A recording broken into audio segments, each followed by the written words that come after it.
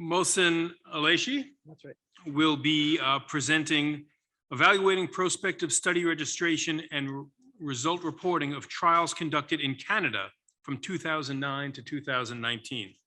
Thank you very much. So good afternoon, everyone. Thank you so much for having me here today.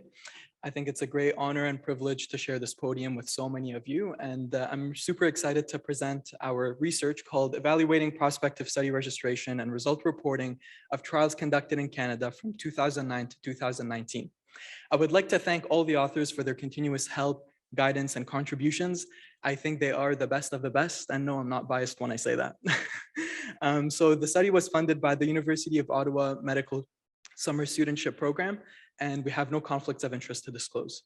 So for our background, I'd like to note that publication bias leads to the biased estimates and harms of treatments. At the research level, publication bias poses a threat to evidence-based medicine.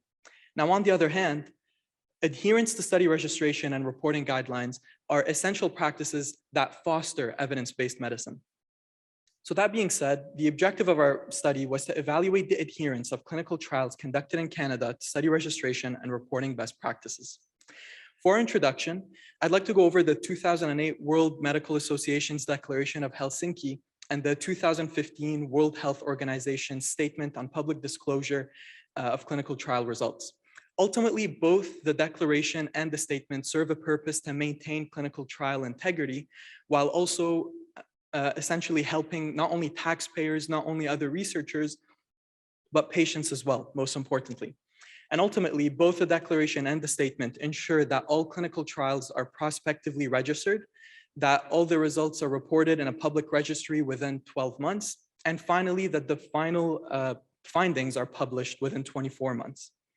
So for our methods, all registered clinical trials on clinicaltrials.gov conducted in Canada as of 2009, completed by 2019 were identified.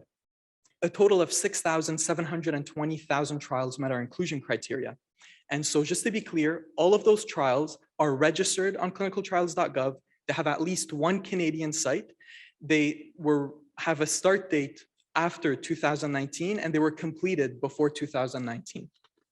And for all those trials that we identified, our three main outcomes were the rate and prevalence of prospective registration, result reporting, and finally, publication of findings.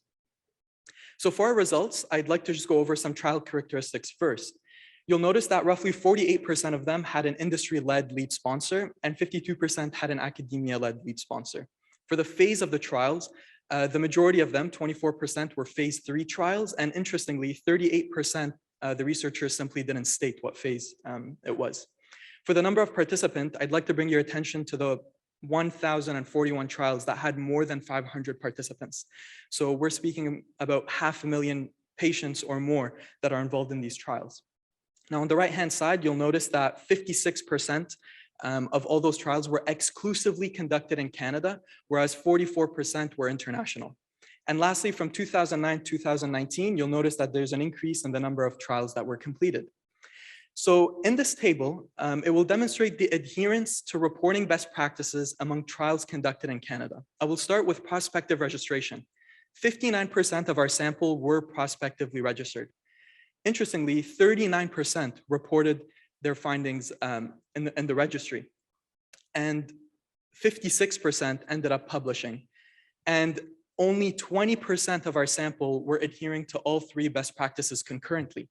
Now, please keep in mind that we are not taking in consideration the amount of time it took for them to report their results and to publish their findings. So we're definitely overestimating the actual adherence to the recommendations. Now, in this graph, it will demonstrate the rate of adherence from 2009 to 2019 among clinical trials conducted in Canada. I'll start with the blue color. Prospective registration has been increasing from year to year. That's great. Now, in terms of results reported, on the other hand, it seems somewhat stagnant from year to year. There's no drastic improvement.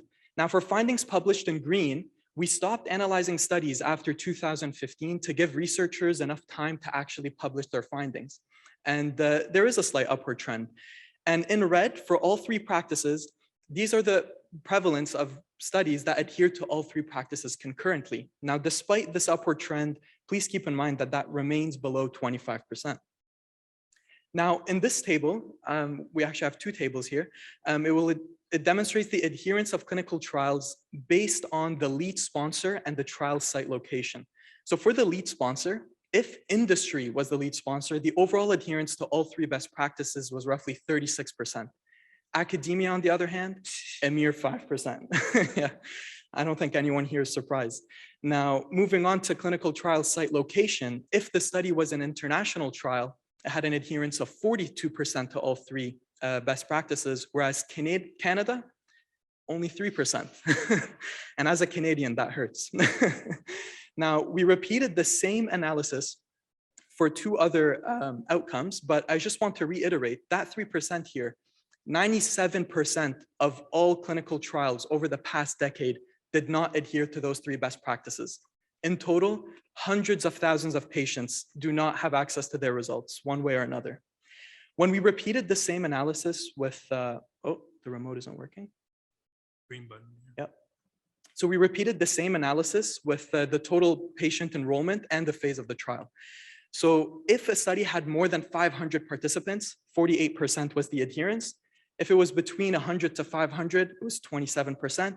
And lastly, if they had less than 100 participants, it's only 8%. And finally, for the phase of the trial, phase 1 trials, only 4%, phase 3 trials, 49%.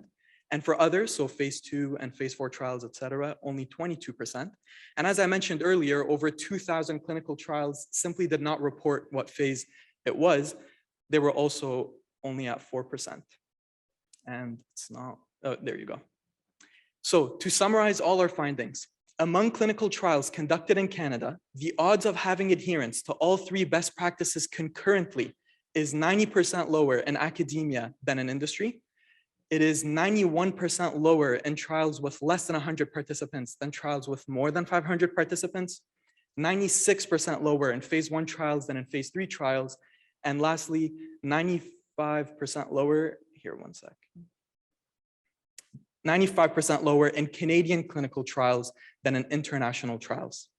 So all that brings us to our conclusion. Ultimately, the data presented today provides a baseline against which to compare any improvement in the registration and reporting of clinical trials in Canada. The CIHR has made a few changes and updated their guidelines, and hopefully within the next few years, we will see that improvement. And to summarize all our study findings, between 2009 to 2019, clinical trials conducted exclusively in Canada substantially lacked adherence to study registration and reporting best practices. So this brings me to the end of the presentation. Thank you all for your attention and have a great day.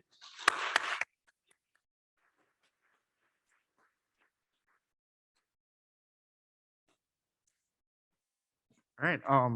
Thank you. Fascinating topic and certainly a fascinating presentation. I'm Kellen Hong from University of Maryland School of Pharmacy. Two questions. Clinicaltrials.gov is one of the biggest trial registry, but at the same time, it is not the only one. So I was wondering if you had a chance to or consider reviewing, ICTRP or ISRCT and other trial registry. Second question, clinicaltrials.gov also shares trial documents like study protocols, statistical analysis plan. Did you have a chance to extract that data or, could involve in that your analysis? Right. Thank you very much for your question. So yes, we have considered other registries, but for the intents and purposes of our study, we only considered clinicaltrials.gov as it encompassed the majority of the studies that we had, and we found that our sample size was quite adequate.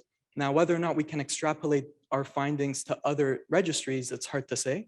And ultimately, the Canadian government does recommend clinicaltrials.gov for publication.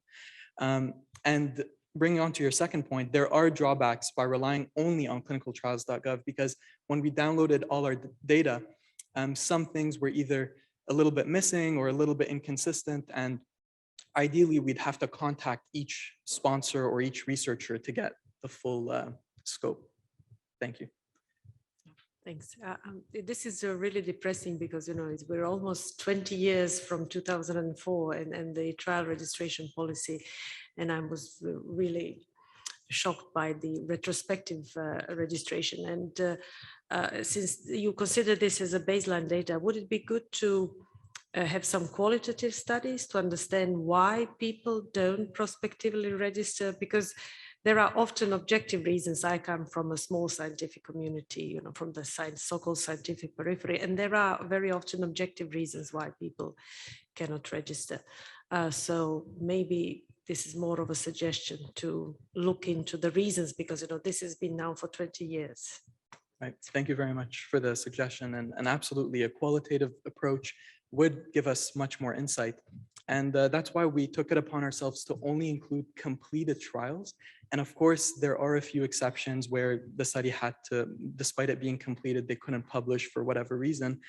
But hopefully we'll do a bigger scope, bigger research moving forward and include all of those.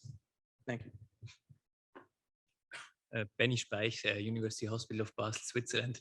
Thank you very much for this great presentation. We did a very similar study in Switzerland, UK, Germany, and also Canada. And what we found is that basically non-industry trials, they hardly ever made their results available in clinical trial registries. Was this also the main reasons why they didn't reach best practice in your study, or what was the main reason for this big discrepancy between industry and non-industry? And then maybe just a quick comment, did you also look at you mentioned many didn't show the phase, were these really drug trials? Because we saw for non-drug trials, I mean, these phases are often not really applicable, and this might be the reason why it wasn't reported. And did you look at that as well? Excellent, thank you. So yeah, that's potentially true. That's why there were 2,000 trials that did not report what phase they were in. But I found it interesting that that was also the one that was only 4% adherence to all 3 best practices. But definitely we'd have to look into it. And for the first part of your question as to why there's a discrepancy, it's really sad. I'm not certain why, although the literature supports what you claim and what we found. I did notice that amongst all the sponsors that we had, I started looking through them one by one, and the top almost 50 sponsors were all pharmaceutical companies. Their adherence was 80%, 90%, some were even greater.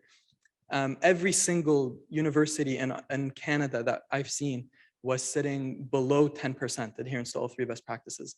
Maybe due to lack of auditing, maybe due to the lack of integrity, or they get away with so much more. It's hard for me to say. It was 1 out of the 10 outcomes we measured, but we'll look into it. Thank you. Thank you. Hi, thanks for a great talk. Jan Ole Seberg from the University of Oslo and also a Norwegian funder. A couple of, last year we released a report looking at pharmaceutical trials in Norway. They are required by law to update their results in the EU trials register at least after 12 months after ending the trials. And 203 trials were started since 2013, and only 6 have reported their results. And we're a rich country, we're a small country. What do you think needs to be done to make the researchers and institutions actually report the results in these registers? That's a good question. And that's like the golden question, essentially. How can we prevent all of this from happening? I would say it's a mix of education, potentially, and holding people accountable. So the United States, as opposed to Canada, has held people more accountable, whether it's laws or guidelines that they have passed. And it doesn't solve it 100%, definitely improves it. So clearly other countries are doing a better job as per our findings, international as opposed to Canadian. And who knows, maybe calling out certain institutions might do the trick. But ultimately, we shouldn't, I don't want to resort to that level, but hopefully we can see that improvement over the next few years. Thank you. Hello, my name is Chris Winchester from Oxford Pharmagenesis. I had a question about how you determined whether the studies were published or not. That's an excellent question. So we had to rely on clinicaltrials.gov due to the vast sample size that we had. And we immediately knew that was a limitation due to the fact that clinicaltrials.gov it does automatic indexing. So it automatically misses a bunch. So we had a quality assurance team that consisted of 4 independent researchers go through 10% of our sample. And we determined that clinicaltrials.gov underestimated that true amount by roughly 15%. Ultimately, this doesn't change our findings. It is reported in our manuscript. It doesn't change our findings because the limiting factor when we say adherence to all three practices was the reporting of the results in the registry. That was always the one holding them back. And if you think about it, if more trials end up publishing and less trials end up reporting in the registry, that's even more bias. Ultimately, we'd rather they don't publish or publish when they do report. Thank you. Thank you very much, everyone.